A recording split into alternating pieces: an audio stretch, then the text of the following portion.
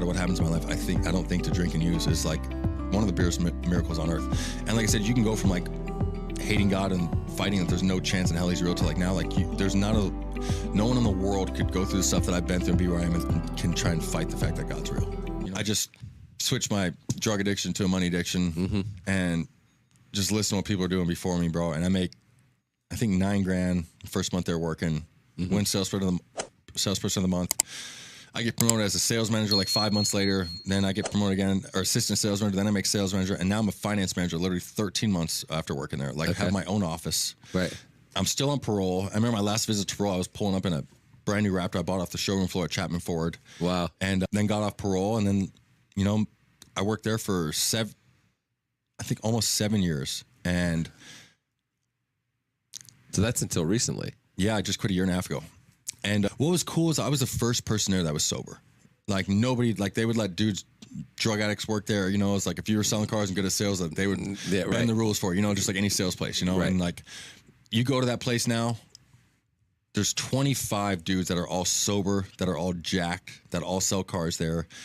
I think they have 40 salespeople there. I would say more than half of them have all done prison time and are all sober, all work out together. Like they go to meetings together. Like I changed that entire dealership. Like 3 of the 4 desk managers are all sober. The GM sober. Every single ASM sober.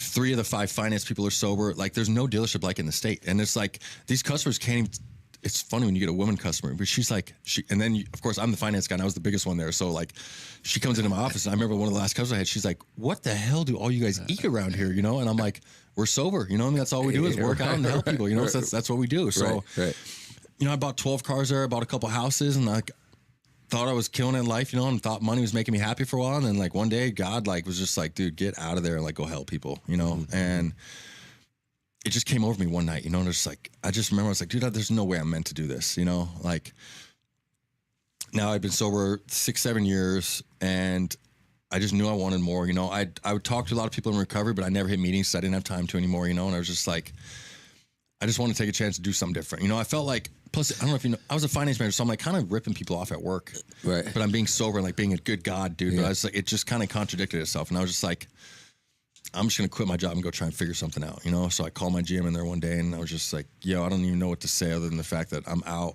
and I'm gonna go try something new. He's like, what are you gonna do? I was like, I don't even know yet. I was like, I had some money saved up. But I was like, this is the only job I ever worked in my life, you know? I'm like, I'll kill myself if I don't ever try this and take a chance on this. And I saw enough people, like, seriously, I saw enough dudes hustling, making money on Instagram. And I was like, there's no way that dude will figure it out and I won't figure it out, you know? And I just started trying to go meet with this and that and every person. I had no idea I was going to do a podcast, but I honestly found God again and just started putting everybody else first. And like my life has, I mean, I live a fairy tale life now, you know, like. No, they say, I remember when I celebrated 5 years, they say, congratulations, you're no longer a newcomer.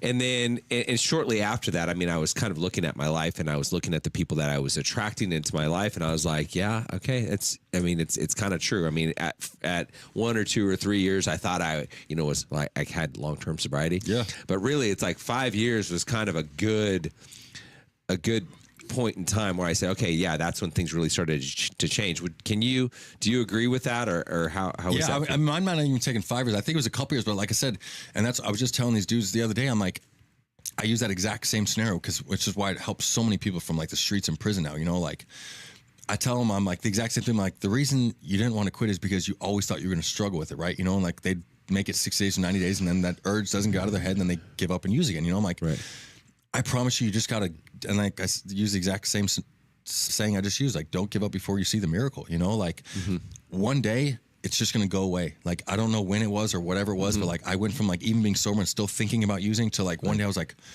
holy shit. I'm like, I hadn't thought about using for like 3 months now. You know what I'm saying? Like, it doesn't cross my mind. Like, and just to get a free copy of the 12-step guide that I created for you, click on the link in the description below. And to say that God isn't real is like crazy because God completely removed my obsession to drink and use, which was like, and I fight with my sponsor about this a lot too, because I think there's different levels to addicts. You know what I'm saying? He's a guy that, and it doesn't matter because we all have a purpose. You know what I'm saying? He helps other people in AA and I help the ones that should be dead. You know what I'm saying? And like, so I think there's different levels of that stuff. And I think I'm a 100 on a scale of 1 to 10 as an addict. You know what I'm saying? And like still to the fact that I can, no matter what happens in my life, I don't think to drink and use is like one of the biggest miracles on earth. And like I said, you can go from like hating God and fighting that there's no chance in hell he's real to like now, like there's no one in the world could go through the stuff that I've been through and be where I am and can try and fight the fact that God's real. You know what I'm saying? Like I live a life that people like that never jaywalk don't deserve to live. Right. You know what I'm saying? Yeah. It's like acceptance is the answer. Everything happens exactly the way that it's supposed to. Everything is like perfectly perfect. Yeah. And as long as you're, and some of the things that you've said a couple of things, and one of them is you went from being a victim to being responsible. And I think that's one of the biggest things that has to happen for everybody. 100%. Is like, I'm responsible for every single thing that has happened in my life. And once you switch that, and it sounds like you agree, once you become responsible, your life changes. 100%. It's so easy. It changes. And being of service, helping other people, making a contribution to this world, like that's going to bring happiness and fulfillment. Because that's really all of us want, is just to be happy and fulfilled. For sure. And we do the things that we do because we think it's going to bring happiness and fulfillment. Yeah, which is what I teach in like my coaching on too. It's like all about perspective, because like here's the, when I was making a ton of money too, like, and I wasn't happy, I would have paid $1 million just to be happy. You know what I'm saying? Yeah. And that's like kind of what I teach, is more than anything with my mindset stuff I teach is all about perspective, because I'll teach you how to go through like struggles that like would have literally put you down, and you'll walk through with a smile. And not only that, but you'll think like, dude, that happened for me for a reason. Right. You just don't know it yet. At the time, it might not be very fun. For sure. However, looking back, it's like, yeah, that happened for me. And now even small bad stuff happens to me to this day. I'm like, whatever, it's a lesson. I don't know it yet, but it is what it is. You know, that stuff used to crap me out so bad now. And you know, I know it's just another lesson I'm learning.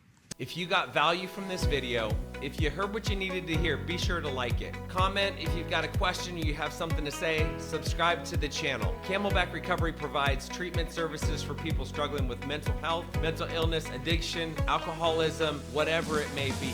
So if you or a loved one is struggling and you need some guidance and you need some direction, reach out to us. Our contact information is down below, or you can go to our website, camelbackrecovery.com, whether it be detox, inpatient treatment, outpatient treatment, sober living, recovery coaching, sober companion services, whatever it may be. Like I said, we can either help you or make sure that you get sent in the right direction. We help people all over the country, all over the world for that matter. I'll see you on the next video.